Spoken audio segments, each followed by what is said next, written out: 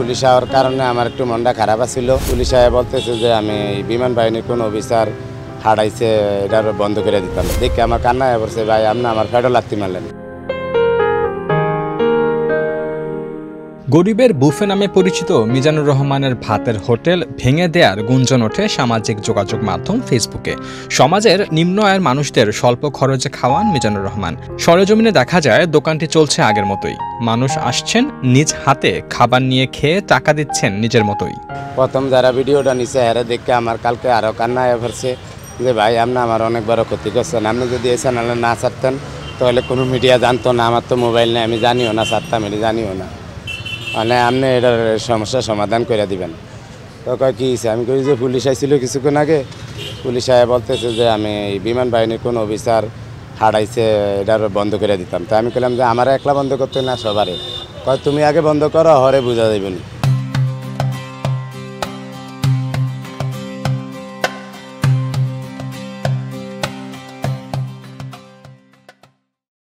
তাহলে আমি করলাম যে দাঁড়ান, আমি এক ভাইয়ের মোবাইলে না ছবি তুলে রাই আপনারা কোন থানার, আমি দেখাইতে আসি। পরে হেরা দেয় যে সাংবাদিক 3 জন আইছে, তাহনের লগে হেরা গেছে গিয়ে এই পাশে। পরে ওই চ্যানেলের ওই ভাই আইসে আর হেতেরে দিয়ে আমার দেখে আমার কান্নায় পড়ছে, ভাই আপনি আমার ফেডো লাগতে মারলেন। আমি ছোটো মানুষ, ছোটো দোকানদারি করতাম, কেউ জানতো না। আমি দুনিয়া সরে এখন মানুষও আয়ে বেশি, আমার হিসাবও পাই না। হেরান ওই যখন আয়া মানুষের নিয়ে খায়ালাই বেশি করে লইয়া আমি দেখতে পারি না। দুপুরে ফাঁকি বন্ধ করে দিছিলাম। আজ আর ইউটিউবার আয়া জ্বালায়, চ্যানেলের আয়া জ্বালায়।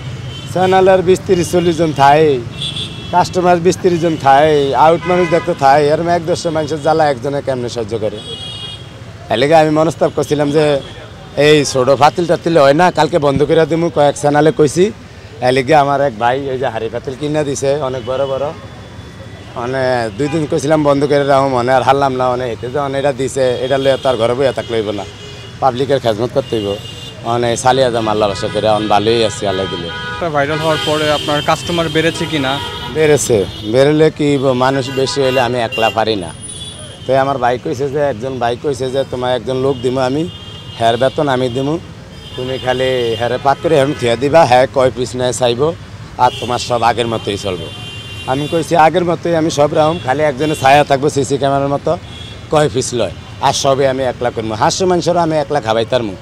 এমনি কেউ কিছু কয় না, আমারে ভালোই আছি, খালি আমার বেয়ারটা একটু কমাইয়া পরে মানুষ বেশি, অনেকে খায়া টিয়া দেয়, কেউ দেয় না। সবার তো মন না একরকম না, এই অবস্থা। আমার একটা নাম হইনি তাইয়ে, আমি তো এসব লোক দাবার দিয়েও আনতাম না, আমার সেই ক্ষমতা নাই, আমি জানি। আমি হয়েছে দিন কামলা, আমি এসব মানুষের নাম্বার ফামুকে এসব মানুষের ইয়া করুম করতে। এক কুশিলা হাইসি, এতে আমার অনেক খুশি। আমি কেউ কিন্তু কিছু চাই না। আমার কথা হয়েছে যেন আমি হেন হরের কাম না করে নিজেরটা করে সারতে পারি, এটাই আমার চাওয়া পাওয়া। আমি কেউ তো কোনো সময় কিছু চাই না। এটা আমার এক সাংবাদিক ভাই করে দিছে ফসুকা। হ্যাঁ কয় মিয়া আপনার তো কিছু বুঝেন না, আপনি কোন পর্যায়ে আছেন, আপনার সব যাইব গিয়া, হোটেলও যাইব গিয়া, আপনিও যাইবেন গিয়া, আমরাও যাবো গিয়া, কিন্তু এই জিনিসটা থাকবো। এই জিনিসটা থাকলে কোনো এক সময় নাম লইবেন আমার। আপনারা আমি হাড়ি বাতিল কিনার টিয়া দিতাম, আমার তো এই সমর্থ নাই। আমি ইউটিউবারে চাকরি করি, আমি আপনার 110 টিয়া দিয়ে এটা করে দিয়ে গেলাম। আমার কথা কোনো সময় মনে করবেন, খুশুকা এক ভাই করে দিয়ে গেছে। মোবাইল আমি চালাইতাম জানি না, আমার বউ জানে, আমার বউ চালায়, আইডিয়া আমারই। দোকানে ধরেন দোকান করে দেয় বা কিছু, এটাকে আপনি নেবেন কিনা বা আপনি এরকম কিছু চান কিনা? অবশ্যই আমার যদি কেউ হেল্প করে, আমি পাবলিকে লেগে গেলাম, আমার নিজের লেগে তো না। আমি তো বলতেছি না যে আমার 50,000 টিয়া দেন, 1 লাখ টিয়া দেন, আমার অমুক কইছে এমক কইছে, আমার হোলাইন হাসপাতালে, এরকম কথা তো আমি কোনো সময় বলি না। আপনারা যদি কেউ সহযোগিতা করেন, এখানে 400-500 লোক আসবে, ওনারও বেশি আসবে, অন্তত ডেলি 500 তো আসবেই। এই 500 জন লোকে হেডার পাক শাক খাইব, চেয়ারও বইব, আনন্দ করব।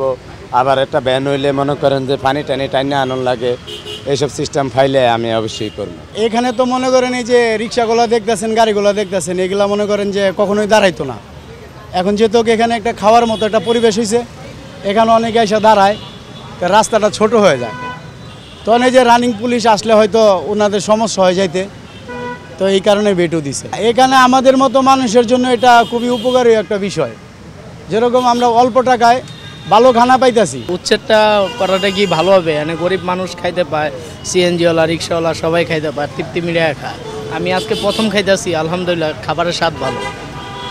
এই খাবারটা হোটেলে খাইতে গেলে তো অনেক বেশি লাগবে। ফুটপাত তো রেখে মানুষ চলাচল করতেছে, এনে তো সমস্যা হওয়ার কথা না। আর এই জায়গাতে মানুষ ফালায় রাখলে এই জায়গাতে প্রস্রাব করতো, টয়লেট করতো, তার থেকে একটা খাবারের জায়গা করছে, এটা ভালো হয়েছে না? আলহামদুলিল্লাহ, এটা থাকুক, এটা সবার জন্যই ভালো হবে।